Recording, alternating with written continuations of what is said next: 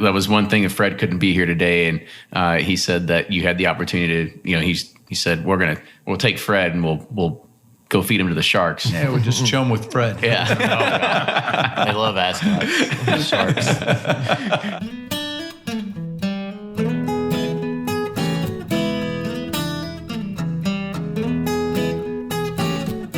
This is episode 191 of Bourbon Pursuit. I'm one of your hosts, Kenny. Now let's run through a little bit of the news. The Fraser Museum. It's the first stop on the Kentucky Bourbon Trail located in the heart of downtown Louisville.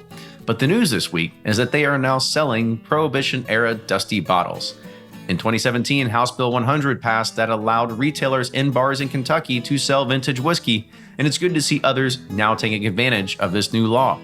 The Fraser does an incredible job of sharing the history of these distilleries, of where these bottles originated, because they were all lost during Prohibition.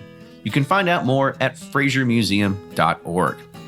Barton 1792 is going to be in need of more repairs. On Tuesday, 60,000 gallons of mash spilled across the premises and covered the parking lots. Their beer wells experienced a failure. If you're unfamiliar, a beer well holds fermented mash before it is distilled. One tank failed, another tank was punctured, and a pipe on a third tank was damaged, causing the tanks to leak. According to news sources, 2 employees have been injured in the incident. Ryan and I will be presenting at the Louisville Bourbon Society on March 18th. Come, we want to see you there in person, learn more about the podcast, and get a chance to try some of our private label Pursuit series. Your first attendance is free, and you can bring a friend. Get more information at thebourbonsociety.org. Trey Zoeller made his first appearance on Bourbon Pursuit back on episode 63. We talked about the brand and how it began, his original voyage of Jefferson's Ocean, that long-lost rye, and the epic Stitzel Weller barrels. On this episode, he makes his return, but we're also joined by his father, Chet. We go back even further in time, before the brand was ever established, to talk about how he sourced whiskey, and if he's starting to feel the money squeeze, as today sourcing is becoming harder because distilleries want to start hanging on to their current stocks. Are you looking a way to support the show without joining Patreon? Spread the good word. Give us an iTunes review and share the podcast with a friend. Up next, we've got Fred Minnick with Above the Char. I'm Fred Minnick, and this is Above the Char. As I walked into Doc Crow's, I was mesmerized, absolutely tickled with about to eat a big old rack of ribs. I was happy. I had great company with me, and I was excited to talk to people I didn't know. I love talking to people about bourbon. I can't talk about it enough, even though that's how I make my living. It's also how I have fun. I love bourbon. What can I say? And at the bar were 5 people who were celebrating a friend's birthday. I walked up to them, started talking, and we kind of all hit it off. Some of them were in healthcare, some of them were in administrative work, and we just chatted. And it kind of reminded me of like what I love about Louisville is that no matter where you are, you can always talk to somebody and you can find a couple people you may have in common. And I was in a moment. I was very happy, and I wanted to buy everyone a round of bourbon. So I looked at the shelf, and as I often do, my eyes spied something that I had liked in the past. It was a bottle of 2012 Old Forester birthday bourbon. Without looking at the menu, without asking the bartender for a price, I said, 4 of those, please. And I made sure they were in Glencairn glasses, so I did specify the glassware. As the whiskey hit my lips and I felt the complexities of it, I began to wonder, how much is this? And then we just started talking and having a good time, and I forgot all about it. And then the bartender comes up with a white piece of paper. He pushes it toward me. I flip it over. It was more than $500. After tip, the total bill was $600. And I couldn't believe it. After all these years of buying bourbon, I didn't even think to look at the menu. I guess sometimes we all get caught up in the moment, and that was a wonderful time, and those were great people. But is it ever worth it to buy total strangers $600 worth of bourbon? You're damn right it is. And you know what? I'll probably do it again one day. So hit me up and let me know when your birthday is, and maybe I'll just come out and buy you something nice. Most likely, Evan Williams Bottled and Bond, because the bank account's a little hurting right now after that $600 hit. And that's this week's Above the Char. Hey, if you've got an idea for Above the Char, hit me up on Twitter or Instagram. Search Fred Minnick. That's Fred Minnick. Until next week, cheers.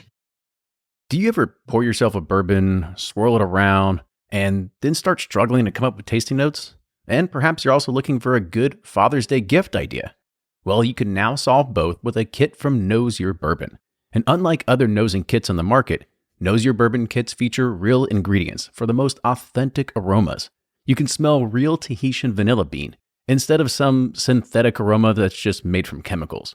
So head on over to knowsyourbourbon.com and enter code BP10 for 10% off your order.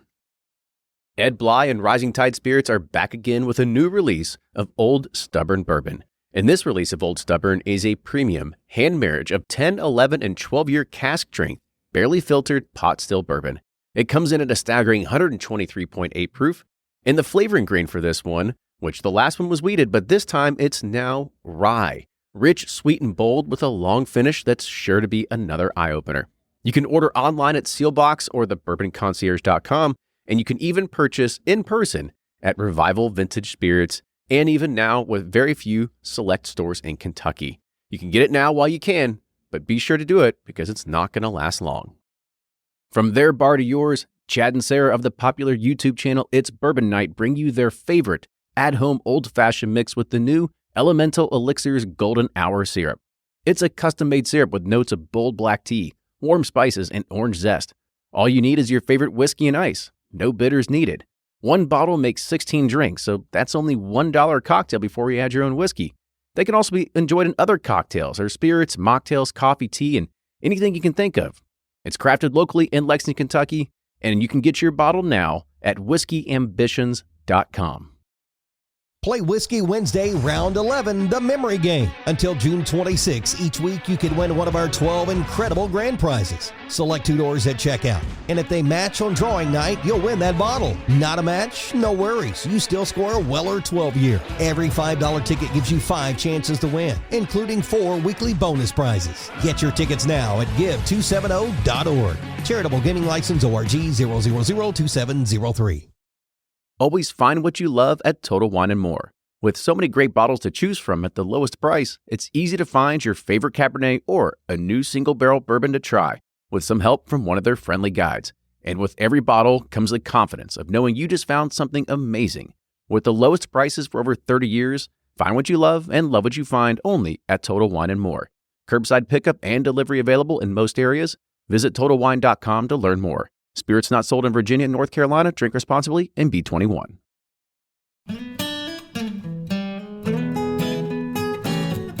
Welcome back to an episode of Bourbon Pursuit, the official podcast of bourbon. Kenny and Ryan on site here in Louisville at a founder's house. Yep, co-founders we're sitting with today. But this is a guest that we'd had on the past, and it's always fun to have Trey on from Jefferson's because he talks a lot about the business. Remember last time, one of the nuggets that I took away was when they were actually starting up the Kentucky Artisan Craft Distillery, and he was talking about how it's actually so much more expensive it is to distill than it is to just buy your own and blend it and bottle it at that point. That was one of my takeaways. Yeah, I'm sure that, as we know, sourcing, economies of scale and everything, people can make it a lot cheaper than you can yourselves. But I know I keep kicking myself in the head because I forget Trey lives so close to me. And like last time, I think I said I was going to pop in like Kramer, and hang out and drink, but I never have. But now, watch out. I'm going. Look at you know the address. That's right. Well, yeah, it's in my database. You're one of my customers, so it's funny. I got here and Trey's like, "Well, come look at my back lawn," and I'm like, "All right, double dipping, get a podcast and some lawn care out of it." Yeah, I know. We're making money on all facets of this. Yeah, for sure. So with that, let's go ahead and introduce our guests. So today we have Trey and his father, Chet Zoeller. These men are the co-founders of Jefferson's Bourbon. So welcome to the show, fellas. Thanks a lot for having us.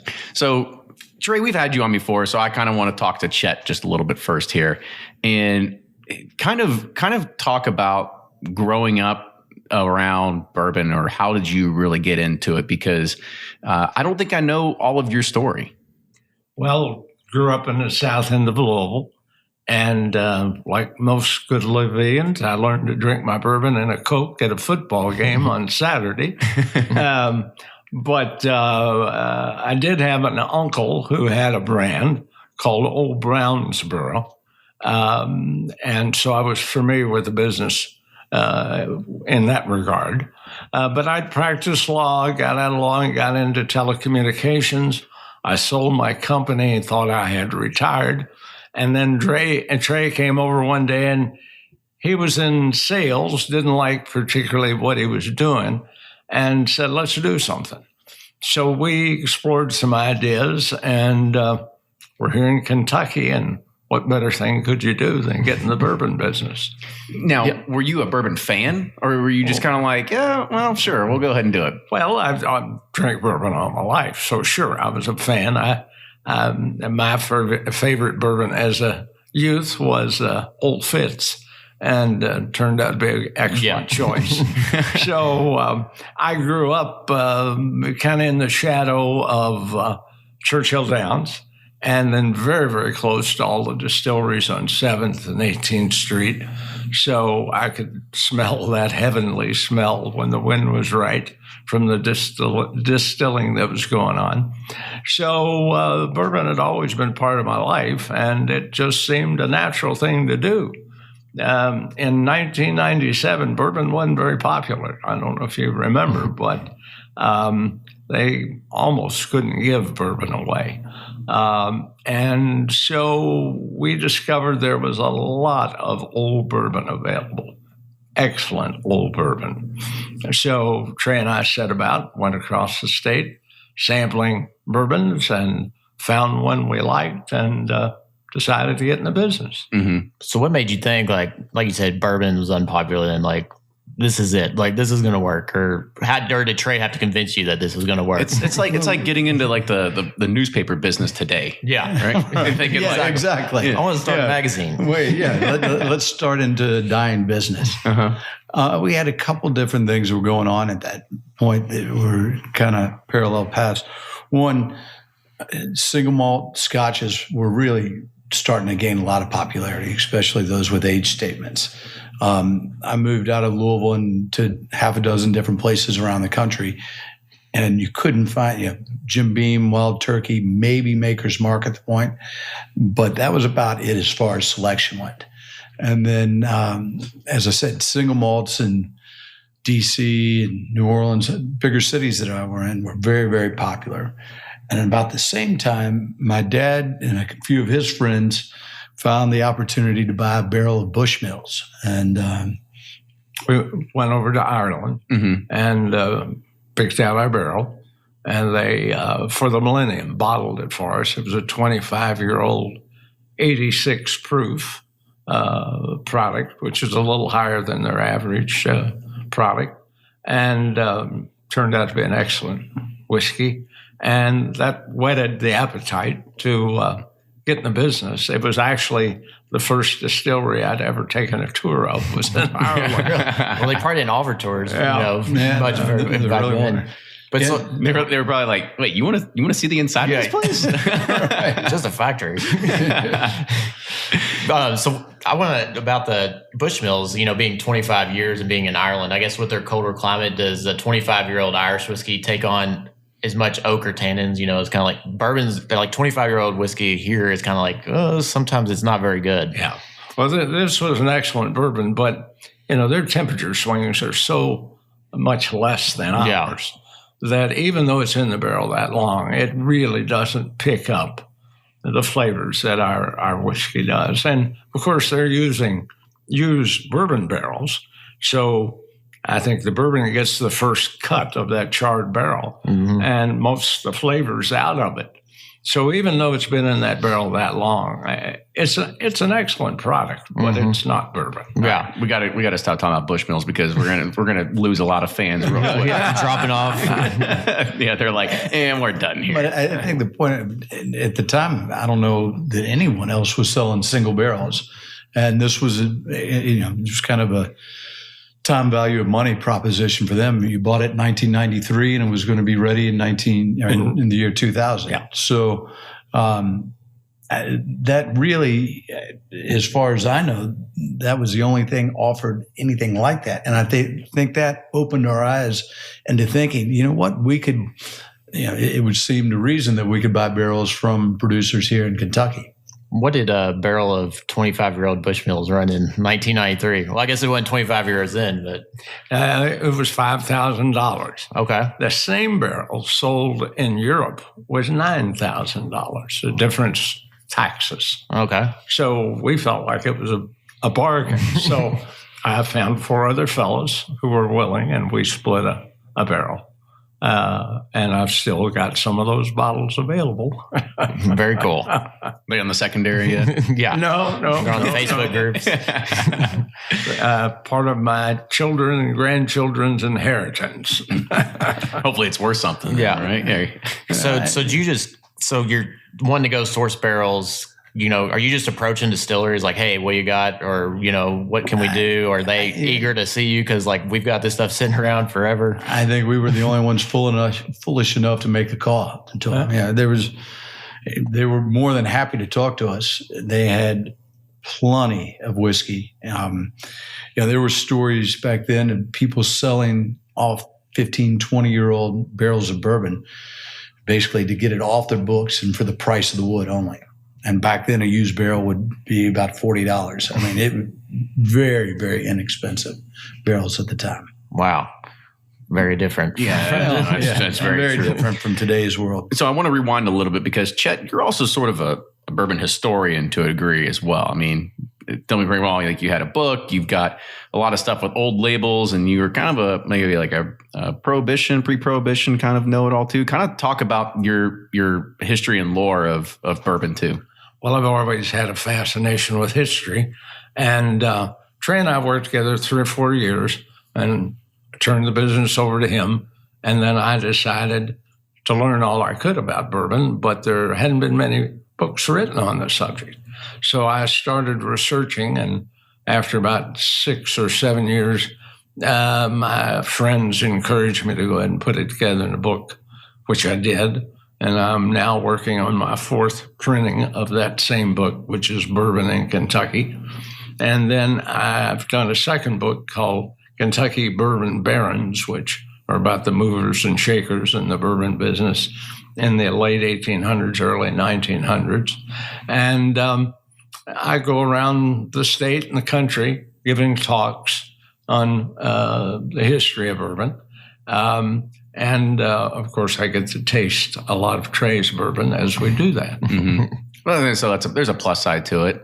Yes. Yeah, there's a large upside to it.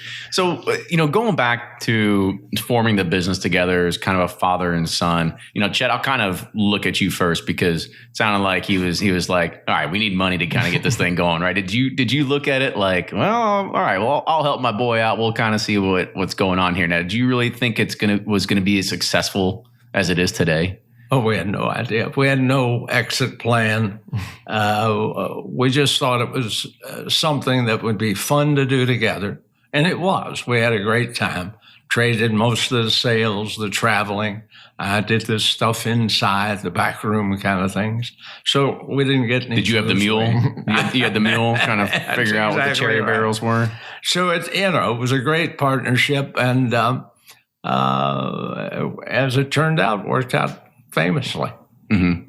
Well, I think our original. I was about to say, I was like, come on, there had to be a few roadblocks in here. We got to talk about there those. Were a lot of roadblocks. We, first of all, our first projections, I think we were way ambitious. It took years to get there. And then, from what's happened in the last, really 10 years, no one could have projected. And just there was most of what we do today, if we tried to do that 10, 15, 20 years ago, it would have fallen on deaf ears. So there's a bourbon consumer here that just wasn't around 20 years ago. we went to the first bourbon festival, and I talk about Julian Van Winkle and myself. We had the same deal: buy 5 cases, get 1 case, no charge. And between the two of us, we didn't sell a dozen deals. I mean, there wasn't anyone out there looking for high-end bourbon. So things have really changed. But yeah, there were a lot of obstacles, and there's some obstacles that are present today that weren't there back then. One is the lack of supply. That's obvious. But when I started, there were 9 distributors here in Kentucky.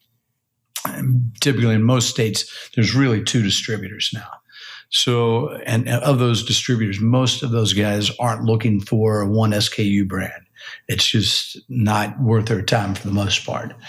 So when there was 9 out in the marketplace, then you could get in with a distributor. If you could go out there and work the market for them, they could take ownership of it eventually and start pushing your product.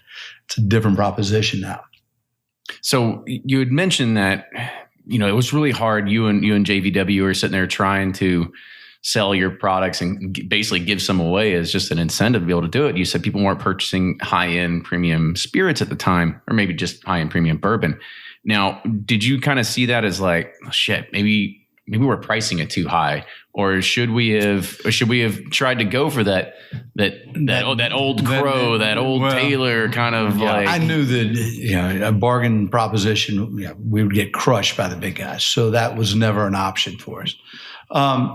And then I saw the proposition, our product versus say single malts. I thought we had a better product. And I still think we have a better product. And I think it's more expensive to make a great bourbon than it would be a great scotch. Just the time value of money, the new barrel, the evaporation rate, it's expensive to do it. And I, looked at my dad to the history of it and saw that things came in cycles. And, 2 times in our country's history, bourbon sold more than all other spirits combined. So if we had enough longevity, then somehow it would catch back up. But certainly didn't think it would catch up the way it has today. And you guys have mentioned scotch a few times. Chet, I'll run this one over to you. What's the next big hurdle, do you think, for bourbon to kind of leapfrog scotch or to even come close to the sales of what it's seeing? Because we've already seen that bourbon and rum are kind of increasing in sales in regards of worldwide consumption and stuff like that. However, it's still not near the number of where scotch is. Well, the folks that made bourbon in its very, very lean years in the 70s and 80s, they kind of shot themselves in the foot. And to help sales, they cheapened the price and cheapened the image of the product. So it took quite a while to overcome that, to make people realize that it really is a premium product. And as Trey suggests, probably without doubt the most expensive distilled spirit there is. So people now recognize bourbon for what it is, a superior product. And I think that's gaining momentum all over the world. And I have little doubt that within the next 10, 20 years, they'll sell more bourbon than they will scotch. What do you? Go ahead. I'm going over to Vietnam in a couple of weeks, and I'm doing something at the embassy, and they're bringing me over there in order to help push the viability of bourbon to Southeast Asia. And I'm going to be visiting. There's actually a number of people. Are you going to be on a boat doing it as well? Or? Well, you never know. Never know. But I think it's a perception problem that, as my dad was saying, it's taken a lot of years to get there, and we haven't had the push overseas that we had domestically. And Diageo has really bulldozed the way in China and a lot of other Asian countries. They bought up a lot of bars and restaurants and nightclubs that they own, and so they are pushing what they have, which is mainly scotch. So Johnny Walker has been the lead dog out there. But I think there's opportunity bourbon being a corn-based product is an easier product because most people have grown up drinking cornstarch soft drinks, Coke, things like that. It's an easier transition. Just because of the sweetness or the nature of it. Yeah. And I think that it's just a matter of getting, right now in those countries, if it doesn't say scotch, it's not going to sell. It's a perception that people just need to get over. So, will it take time? Yes. But can it happen? Absolutely.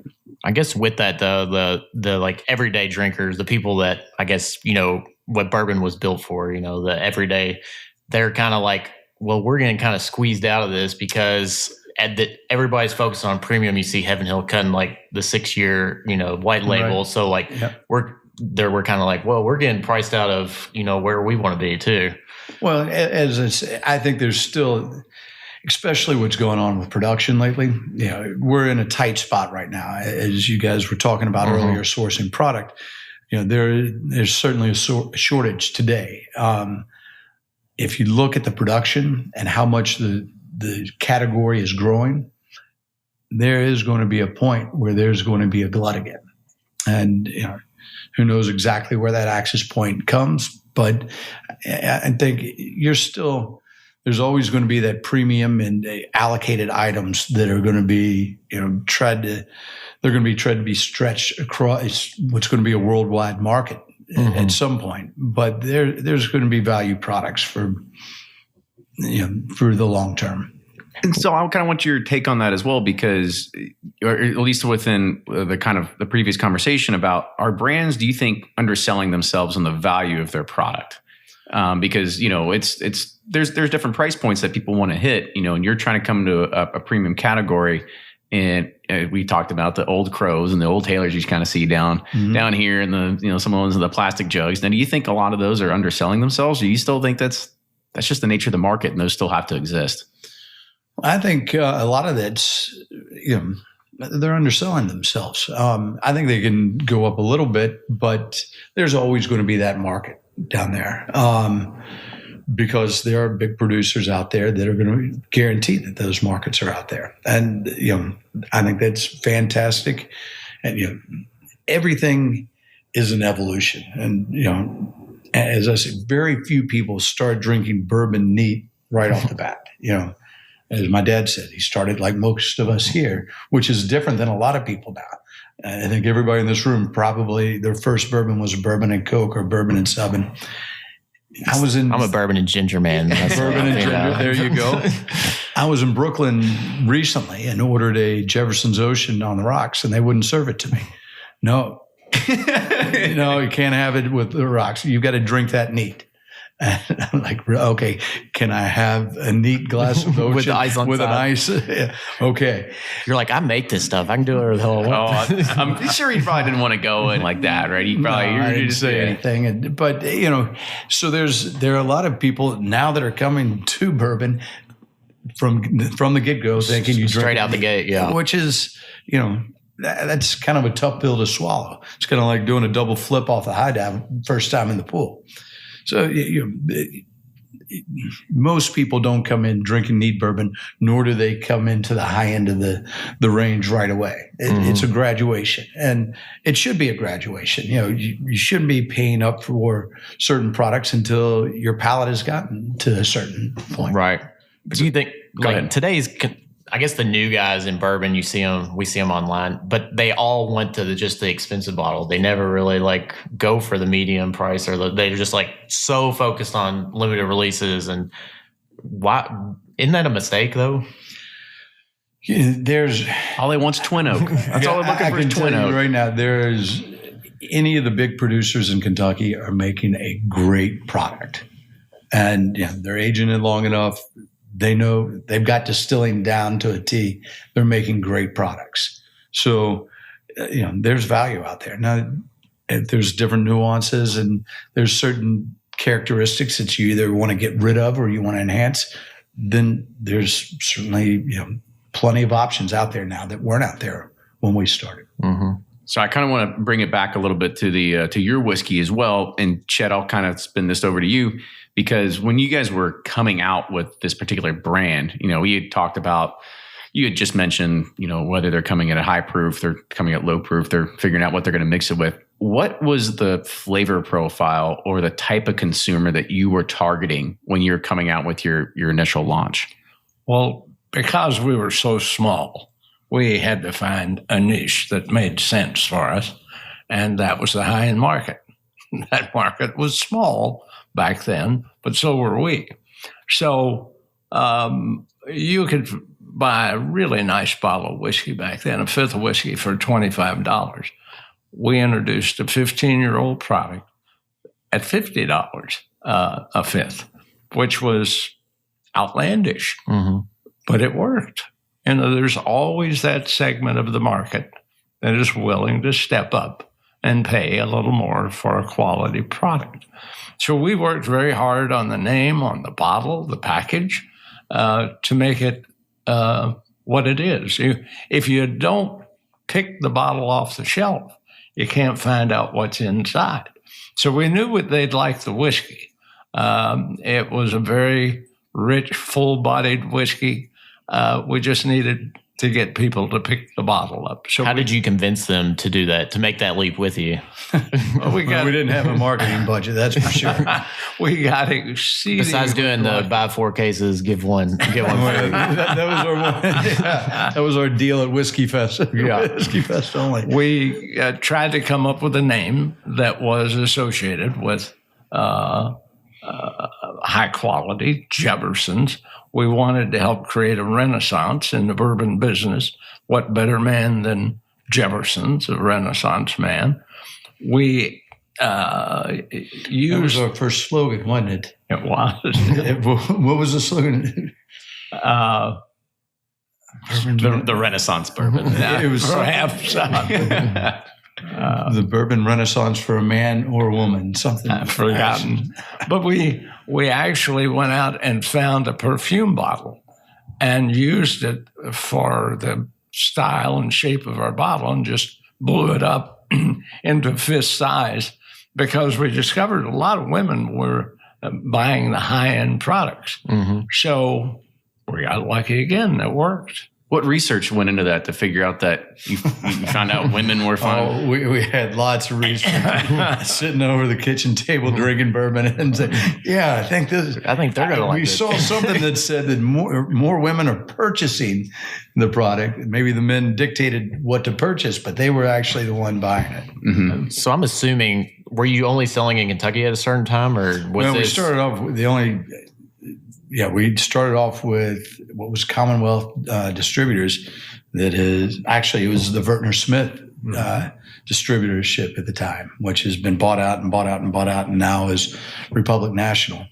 And then I think my first sales trip, I went to the WSWA in San Francisco. Couldn't afford even a booth on the floor, or not to mention a suite. So my mom loves this story. I rode the elevator and escalators up and down with a briefcase and looking at name tags, and anybody that I saw was a distributor, I had my bottle in their face. So how difficult is it to make Straight that leap? hustle right there, That's though. right. To get in, you start in Kentucky, but to get to other states. Talk about the challenges to. It was really difficult. Again, there was no market for high-end bourbon. So my second market, luckily, I met somebody at that WSWA, the Wine and Spirits Wholesalers Association, distributor in Nashville. And he said, all right, we sell some bourbon down here, and we'll give you a shot. So basically, I would go down there Monday through Thursday for the first couple of months that we got into that market, and just selling bottles one at a time. And he picked up the phone, called somebody in Georgia and said, hey, I've got somebody down here. He'll go out there and hustle for you. He's got a great product. Take a look at it. And when we got that distributor, that was a national distributing company. And at the time, they probably had 7 or 8 states. And he said, okay, I'm going to take you into all of them. I thought we hit gold. I thought we were done. Are you like, yes, but oh shit, we got to come up with a bunch of juice now? No, the juice wasn't a problem. So that wasn't the issue. It was, yes, all right. But, you have to understand these guys were bringing it in, and you can grow, from a physical standpoint, geography-wise, too quickly, too fast. I couldn't support, it was just me going out there. So I couldn't support those other states, and I couldn't spend Monday through Thursday in each market, so it that wasn't the promised land that we thought it would be. So it was a slow grind. Yeah. I also kind of want to rewind to when you guys were starting to start blending your first barrels together. Who kind of took the lead, and who figured like this is going to be the winner? Like, how can we replicate this over and over? Kind of talk about that process. Well, we started. We bought a couple lines. The first one we found, Jefferson's Reserve, we fell in love with right away. We kind of both looked at each other and said, "That's it. That's the one that we've been looking for." Now, were you all the ones blending it, or did you have some outside help we were just buying at this point, and so it wasn't a blend. It was one recipe, one age. That was it. Mm-hmm. We decided what proof to cut it, and that was all we did with it. If you want to spill more, I'm sure listeners would love to hear, who you're sourcing it from, the recipe, the mash bill. Unfortunately, I'd be proud to beat my chest and tell you who it was because they're great producers. Chet's legal side will come out and say, it's our suppliers that have historically said in our contract, we can't disclose who it is. So we haven't done that. But we found another one that we really liked. And as we named the first one after Thomas Jefferson, because we thought it was complex and sophisticated like Thomas Jefferson, we found one that was spicy and big and bold, and named that Sam Houston. Came out with another one, Old Iron Skillet. We came out with Jefferson's. Old Iron Skillet. Just tell me, lead me through the thought process of this one. Is this another, you were sitting around the kitchen and you're like, well, an Old Iron Skillet? My dad. There was a restaurant by the name of Old Iron Skillet, and they wanted a proprietary brand. How long have you been drinking today? You've been counting those LaCroix. We bottled up a batch, and it sold very, very well. I'm delighted to say. Was that a revitalization of a label they had, or was it just they just said like we just want to name? We just want a name. A friend of his from college owned the restaurant, right? Right, Bowling Green. Mm-hmm. Very cool. So, so I started as we started collecting these different recipes and barrels, we started. I can't come out with a different label each time we find something we like, and we started playing around with them and found that the whole was better than the parts, and so we made the decision. Let's go ahead and start blending, and we thought it's terrifying. We may lose all of our customers, all 6 of them. At that time, were you blending form, or were they just like single barrels? And you're like, I'll just give you 150 bottles or whatever the hell's in the barrel. It was about 8 to 12 barrels. Okay, at the time. So just dump it and hope for the best. Is that? No, we would scientifically break it down. In some way we had it measured out pretty well. There. Yeah, and that's exactly what we did. And so that became fun because we were creating our own, and that's our first real step into doing something a little bit different or something a little bit unique for us. At the time, nobody was blending, or if they were, they certainly weren't talking about it.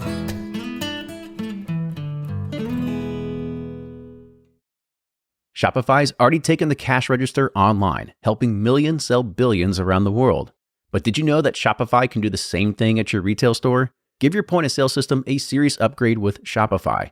Shopify's point-of-sale is your command center for your retail store. From accepting payments to managing inventory, Shopify has everything you need to sell in person. And with Shopify, you get a powerhouse selling partner that effortlessly unites your in-person and online sales into one source of truth. Track every sale across your business in one place and know exactly what's in stock. Connect with customers in-line and online. Shopify helps you drive store traffic with plug-and-play tools built for marketing campaigns, from TikTok to Instagram and beyond. And get hardware that fits your business. Take payments by smartphone. Transform your tablet into a point-of-sale system, or use Shopify's point-of-sale Go mobile device for a battle-tested solution. Plus, Shopify's award-winning 24/7 help is there to support your success every step of the way. Do retail right with Shopify. Sign up for a $1 per month trial period at shopify.com/bourbon, all lowercase, and go to shopify.com/bourbon to take your retail business to the next level today. Shopify.com/bourbon. If you're anything like me, then you can't get enough about bourbon. And that's why I'm a subscriber to Bourbon Plus magazine.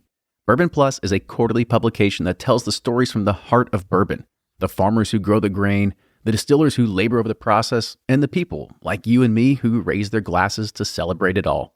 Subscribe to Bourbon Plus magazine today at bourbonplus.com, that's PLUS.com, and use code PURSUIT at checkout for $5 off your subscription.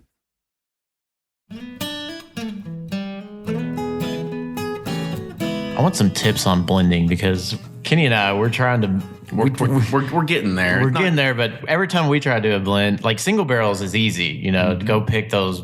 I think that, you like it? If you like it, it's great. Let's bottle it. But doing that blend and making it taste good, I don't know. Help me. Trial and error. Help me. Trial and error. You get a few ideas of what profile you're looking for and think, okay, what would help me get to that profile? And then, it's just trial and error. And then once you hone it down, it gets easier and easier because you have a good idea what your base is going to be. Mm-hmm. Like for our Jefferson's Reserve, we've got 4 different recipes in there. One of it, our base comprises about 65%. The other 3 can kind of float, but what percentages and what age, and have a good idea what'll get you there. Okay. So like when you're blending, say you have like, there's a range, I'm sure, of years and barrels, and you said it was 65%. So like I guess we were talking about this the other day. When you go and you tap into a 6-year barrel and you're like, it's just not there. But will it be there in like 3 to 4 years, or will it just continue to, You're about to say suck, didn't suck? Luckily, you can blend off the ones. Or can you tell at that 6 year that it's going to progress to 9 to 10 that the way we think it will, and we're going to leave it alone? You start getting at that point where you can figure out how it's going to go. But it takes years because you got to just wait and anticipate and kind of mark it down what you think's going to happen to it in the future and check and see if it does. Okay, cool. I want to also talk to you about all the, I guess, relationships and you talk about suppliers and whatnot. There's a lot that, because there's a stigma around sourced whiskey that, they're just buying barrels, dumping it. Like, talk about all the moving parts, I guess, of sourcing, because you have packaging and bottlers and all this and all that to make it, happen, if you can talk about it. Yeah. I mean, it's bottling and packaging and all that. That's just sourcing your dry goods. That's the easy part once you figured it out. Mm-hmm. And then sourcing, it's, we've had 20-year relationships. So, as we talked about, we'll lay down 8,000 barrels of new fill this year. We'll do about 2,300 out at our distillery, Kentucky Artisan Distillery. The rest is from big distillers here in Kentucky that have been making our recipe. So, that's, if I had to go to them today and negotiate that, my price wouldn't be where it is today. Mm-hmm. We've got a great distillery, and we just won an award for the best craft distillery today. And I'm really proud with what's going on out there. We're growing our grains at the farm that butts up to the distillery. We've got some historic stills. We've got the only malting house. We've got some really fun and cool things. But I just saw Chuck Calgary say something with all the changes of the distillers going on right now. Somebody asked the question, what's going to change with the whiskey now that these distillers have changed? And his answer was, most of these guys would tell you, hopefully not a damn thing, right? Because their job is to make it consistent and sell. Mm-hmm. And plus the team that's underneath of them. Yeah, right. Absolutely. And all the systems and processes in place. Exactly. Yeah. And that's the goal of a distillery, is to make the same product over and over and over. So when we source from a big distillery like that, we'll get that consistency. They can make that more consistent than we can at ours, because it's just one economies of scale and they're running the same thing over and over and over. So, if you look at, so I just came from Scotland and went to about 8 different distilleries there. everybody, the whiskey maker in Scotland is a guy who blends the barrels together. The distiller is the production manager.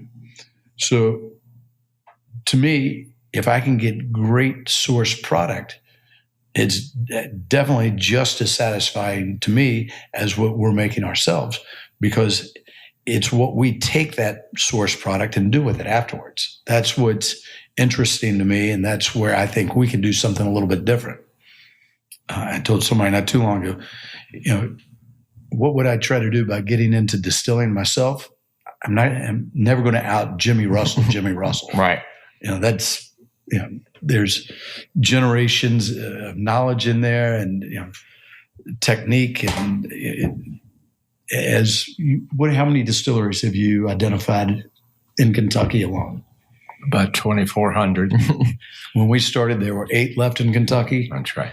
And as I said earlier, they all make incredible juice. Mm-hmm. It's what happens to it. And this is what made me interested in getting into the maturation of it. Every distiller would say the same thing. 75% of what bourbon is comes from the maturation process. It's once it hits the wood, it really starts to turn from whiskey into bourbon. That's when you can manipulate it one way or the other. So I think with source whiskey too, there's kind of like a contradiction, because these distilleries that are sourcing the product are saying, well, we make our own stuff, we're pounding our chest, but they're happy to sell it though to, people that want to source whiskey. So it's like, are they the ones causing this, bad drama or bad stigma with source whiskey, or where do you think that comes from? Well, I think most of them have sourced whiskey themselves from somebody else at some point in time. Mm-hmm. If not yesterday. Nobody's guilty, or nobody's innocent in this whole game. Right. And, that's a selling point for them. They can control it, vertically from point A all the way to Z. So, I think there is a selling point in that. And there's something to be said for that. And I don't think, you look in wines and other spirits, people source for other people all the time. Mm-hmm. Oh, yeah. Like Tylenol, my emergency thing. I poured an emergency pack the other day, and that was the generic brand, and it actually said package for same company that does emergency. And I was like, it's in every industry, but for some reason in bourbon, though, it's like people go kind of crazy about it. And it's because, like you said, distilling is an exact, you're making a consistent product, but when you're blending and making your own, that's where the magic is, and picking your own barrels. And that's all Trey. Trey is the blender. I never had any part of that. I will say I did have a part in going around with him to the various sources and finding our whiskey. And you learn pretty quick which sources worked for our brand. Mm-hmm. So it didn't take long.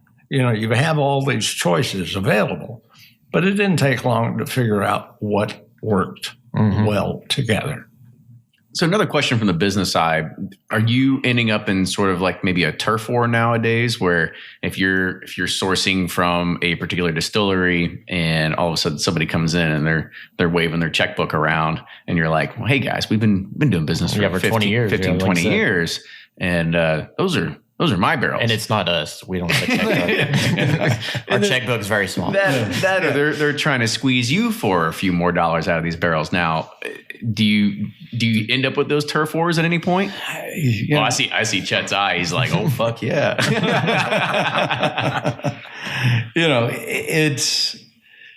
We've been lucky that we've been able to source the way we have been for so long. But we just completed our third warehouse that's going to hold 13,000 barrels. We've already laid the foundation for a fourth. So we're laying down a lot of whiskey right now. That's fantastic. So, it's something we just bought an additional 14 acres to our property, and we are contemplating whether to build out to where we would be able to produce 100% of what we needed. And that comes, there's a lot of things to weigh there. One, you've got the initial capital cost. Pros, cons. Cost benefit analysis. You got it. But it goes further than just cost benefits. It's nice to have different suppliers, in case something happens. And as we talked about it earlier, it's more expensive for us to make our bourbon ourselves than it is to source from someone else currently. Now, as we've expanded and we've just ordered 6 more fermenters out there, so we'll be able to expand more, we've been able to bring our cost way down. But it's still, there's, it's economies of scale. Absolutely. So, it's something that, it's something that we're taking a really strong look at. But it's not the end all be all for me right now. So I kind of want to move past this conversation a little bit and kind of talk about your pet sharks. Yeah. And Chet, I'm gonna toss this one over to you. When Trey came with you and he says, like, I got this idea, and this what kind of spurred off for Jefferson's Ocean, which anybody that wants to know more about it, please go listen to the past episode. He kind of talked about wand share and all this other kind of fun stuff on there. What did you think of it? Were you just like, Jesus Christ, Trey, come on, this is a gimmick? Or were you like, this is a fantastic idea? What'd you think? I thought it was an excellent idea, and it turned out it was. That barrel does so many things that people just don't keep in mind. It's not only breathing out, it's breathing in. So that salt air came right through that barrel. And when he brought that first bottle home, I just, it was the best thing I ever tasted. It was almost black in color and just heavenly. It was wonderful. So, and he's always coming up with ideas like that. So, what's your favorite of his ideas? Oh man, put you on the spot. There's been so many. I like the product that's finished in the Groth Cabernet cast. His Twin Oaks product is excellent. Of course, we all remember the 17 and 18-year-old stuff that he had for a while. Unfortunately, didn't have enough of it. But story of everybody's life, I think. Yeah. But he has just come out with some terrific products. Well, let's talk about the Twin Oak, because you poured that for us, and this is actually our double barrel. So I've got the Twin Oak as well. The difference between those two, the Twin Oak was a 16-year-old that we double barreled for. I should say twin oaked it, because we twin oaked it for 5 years. So we put it into a new barrel when it was 11 years old and kept it in there, which I would have never have guessed we would have kept it in there for that long. But I thought it kept improving along the way. And did you just forget about it? You're like, oh shit, I got this thing that's been around for 5 years. Oh yeah, I forgot this other project. No, that's the best thing about it. You get to go back and taste all these experiments. Been too focused on oceans, I forgot about that. But I think it came out great, and I'll pour some of this for you in just a second. But one of the things, because it was a heavier char on there, I think it cleaned it up as well. So it imparted a lot of flavor, but it doesn't taste tanniny like you would think it would. Now, were you taking Jefferson's Reserve that was 11 years old and then putting in here, or are these just Correct. extra barrels? Okay. That's exactly what it was. And was it already blended as Jefferson's Reserve, then you put in the barrels, or was it kind of like, well, we'll just take barrels and keep dumping and we'll figure this out? Well, I should say it was the base bourbon for Jefferson's Reserve. So it would have been what we originally sourced that same recipe in barrels. Gotcha. And then on the double oak, which we did a proprietary barrel, we took 10-year-old bourbon, and I've been working with Independent Stave Company. I became a barrel chef for them in 2012 on their 100th year anniversary. And I was down at their cooperage in Missouri, not the one in Kentucky, and became a barrel chef. I saw all the different techniques that they were putting into wine barrels and different spirit barrels from around the world. I think they've got somewhere close to a dozen cooperages around the world.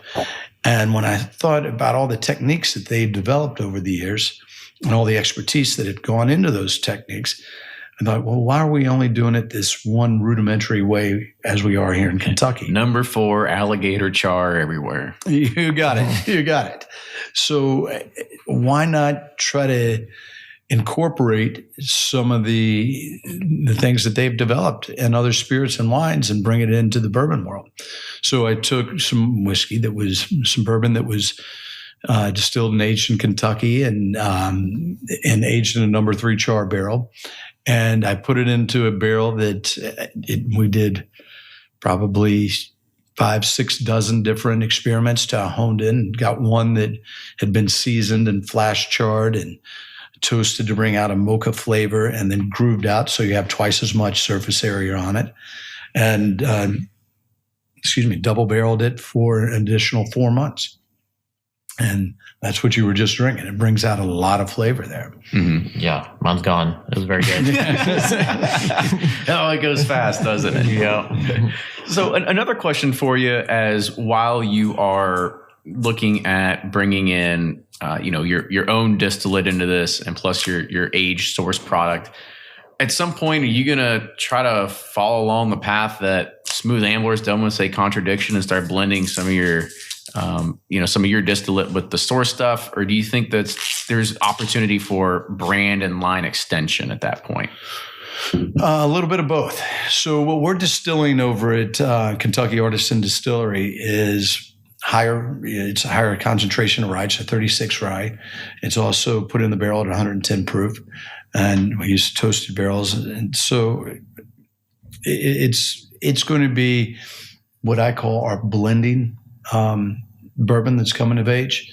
So a little bit of that goes a long way, but I think there's certainly going to be a market for it to come out with its own product. Some of the rye, we are, as a matter of fact, we've got some rye right here that is awesome. We won't say been no to finished in a couple different things that. Got a guest bedroom here? Yeah, we'll start. We need to bring out the dartboard. Be like, all right, what do we think this is aged in? So that's 115 proof that you're tasting right there. Yummy. It's interesting with the finish, because you've had the Jefferson's rye at one point in history, and then that sort of was it just depleted stocks at that point? You just couldn't keep up with it. Correct. Mm-hmm. And so now you're starting to bring it back out to the market, but in a kind of a Trey fashion, if you will. Exactly. Mm-hmm. Yeah. So we've come out, I think, with 18 different products. Besides 16 of those 18, we do more than what most people do, which is distill, age, cut to proof, and bottle. Mm-hmm. So our 10-year-old rye, I didn't do a thing with that, and some of our presidential, I just bottle and cut to proof. Mm-hmm. All right, it's time to guess. What do you think this was barreled in? Because you kind of think it might be an old rum barrel, but I'm thinking that he doesn't want to do the same thing that Angel's Envy did. I don't know. What do you think, Ryan? That or it's not a rum barrel. How? Let's see. Here's another. We'll figure this out. How big is the barrel? How many gallons?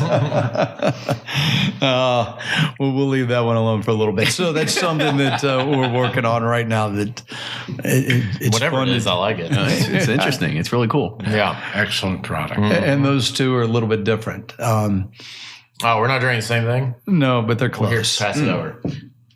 Good thing I didn't drink. Yeah, that. I was like, mine doesn't taste like rum. But I was like, maybe I'm off today. I don't know. Yeah, who knows? All right, I'm going to pour you one last one. This is the 16-year-old Twinwood, because. And now this one, I remember last time we had talked. See where you think the rum in this. Maybe. Last time we had talked on the podcast, we had actually talked and we said, is there ever going to be another Jefferson's presidential release? And you said, I think so. Wait for it. Right? And I think this might have been the one that finally came out that we were talking about. Could have been. Mm-hmm. Probably. It was so long ago. Yeah, no, we got to do this more often. Exactly. I don't remember when you Wednesdays with Trey. And Chet. Well, I'm delighted to say, as we've gone around to our sources, almost 100%, I can say, that we agree on the whiskey we choose, which is kind of amazing. I don't know if that's a father-son kind of thing, but we've been very fortunate in not having any difficulty. You inherited the same palate? Yes. I guess. Yeah. I've been stealing his whiskey for so long. Exactly. You were drinking Old Fitz growing up. Exactly. Strolls and Old Fitz. That was a combination. But yeah, and that has been a lot of the fun. It's been so much fun to be able to do this together and have that common bond, and just to do this today together. And it's most father-sons don't get the opportunity to do that. Absolutely. It is a family affair. And I think that's kind of what we wanted to capture today was, really looking at what you all did together to help build the brand in the early days and some of the struggles that you went through and everything like that. Now we are reaching up to the top of the hour here, but I want to talk about this 16-year Twin Oak. So kind of give us a little bit of background, because I know this is already come and gone, at least most of the area. Right. I wanted to get your all's take on it. I did hear one of your podcasts where you brought it up and you didn't have a chance to taste it. So I wanted you all to taste it and see what you thought. Well, I appreciate the opportunity. This is great. Now we got to make sure we watch what we say, because everybody's listening. Everybody's listening. He travels a lot, so he's got time to listen to us. It's great. It's a lot of depth of flavors in there.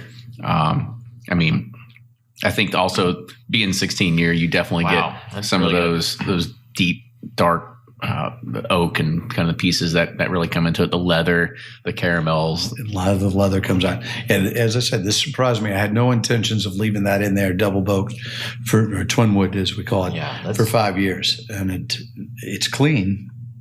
It's still very flavorful, but cleaner than I would have guessed. Now, do you have potentially more of these that'll make its way to the market? Like you got more sitting in these one of these 3 rick houses you've got? We've got some interesting things there. Yeah. We've got some nice things coming out. So I'm excited about our pipeline. Mm-hmm. So when's the next trip down the NOLA? Because I know that was an experiment that you had tried as well. That was when we were just talking about that. That was just taking off, I think. You bet. So we're about to release those. I think we're going to go ahead and start selling the Journey at the gift shop in Crestwood 1st of November. So it came out great. That's a very small volume. We actually had 2 more barrels that did the Great Loop, which we just got back, and I'll show it to you. It's right in there. You can't imagine the color on a year-old product that looks as dark as a 15-year-old product. Really? So it's indicative. But does it taste like a 15-year-old product? It tastes extremely easy and smooth. You still get a little grassiness or a little grain up front.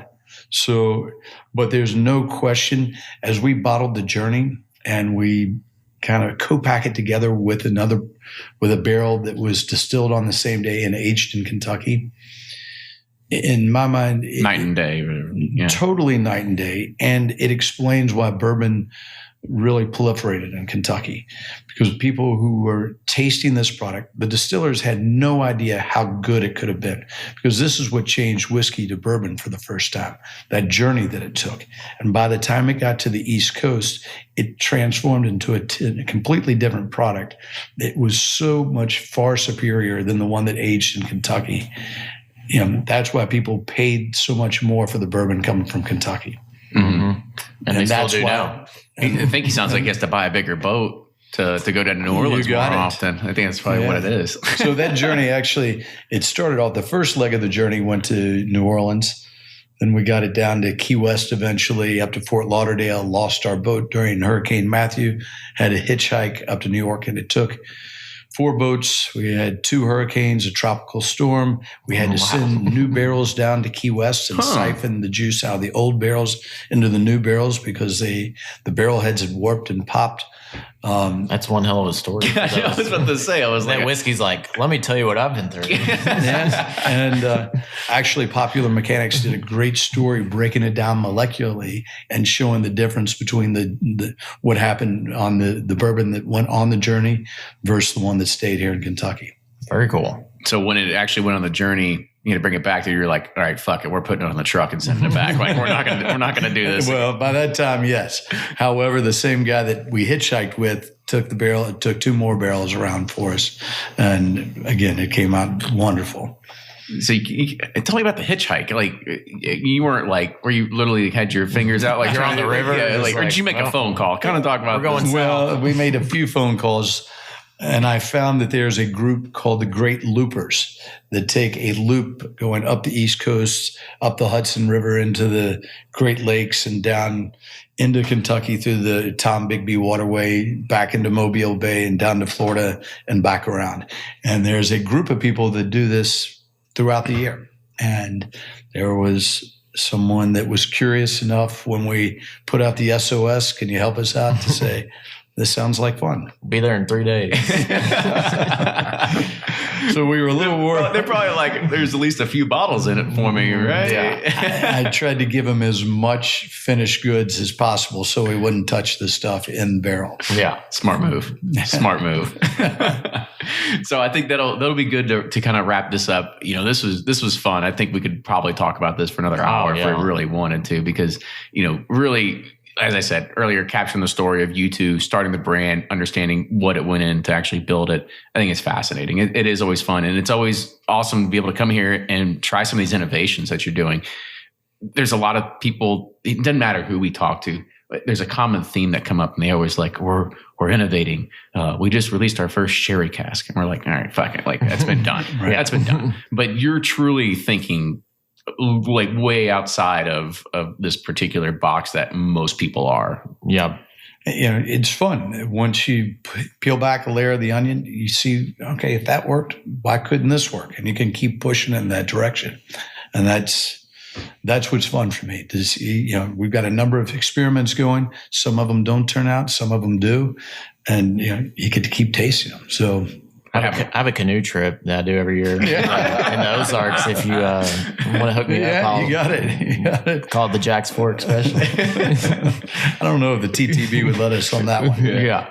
Can you fit a 53-gallon barrel in that canoe? Yeah, you're probably right. We'll be floating real low, riding low in that. Absolutely. So, you know, Trey and Chet, thank you so much for coming on the show today. It was a pleasure to have you all. If you want to know more about Jefferson's, make sure you go follow all of their social media online. They've got a great website too. I remember you used to be able to go and you could track the journey that some of these things were going on as well. Is that still going on? Well, we don't have that journey going on right now. You can track the ocean voyages, and we just talk about your shark. We totally forgot about talk your pet sharks. Talk about the pet shark real quick. After 2 years, O-Search, which is the friend of mine, Chris Fisher, who's our mayor's brother from here in Louisville, who's the expedition leader of O-Search, who's trying to save the world's ocean from the top predator down, for the last 2 years has been trying to catch a mature male great white shark. He just caught 7 of them in Nova Scotia and named one of them Jefferson's. So it's a 12-pound, 7-inch great white that will be tracked as it, every time the fin comes up, it pings, sends information back. What happens, there scientists from around the world, he basically lays out the information, gives it to any university, marina, aquarium, to hopefully trying to find the answers to the world's ocean and make sure our grandkids have fish sandwiches. Got a lot of Catholics around here. So, got to feed on Fridays. Drink bourbon and do good for the ocean. That's right. By the way, how'd you get hooked up with that and going through the research part of it? So Chris is a childhood friend of mine. He invited me down on a ship in Costa Rica for our 40th birthday. And while we were on the ship, we drank a lot of bourbon, and I saw it sloshing around in a bottle. And I thought, this would happen in a barrel. It's going to change the maturation process. Hey, Chris, let's put some barrels on your ship. Mm-hmm. He's like, well, my crew catches great white sharks. Probably not a good idea. But we'll only put 4 of them. We'll only put 4 of them. Then. Right. Yeah. We'll start with 4. That's basically what happened. Uh-huh.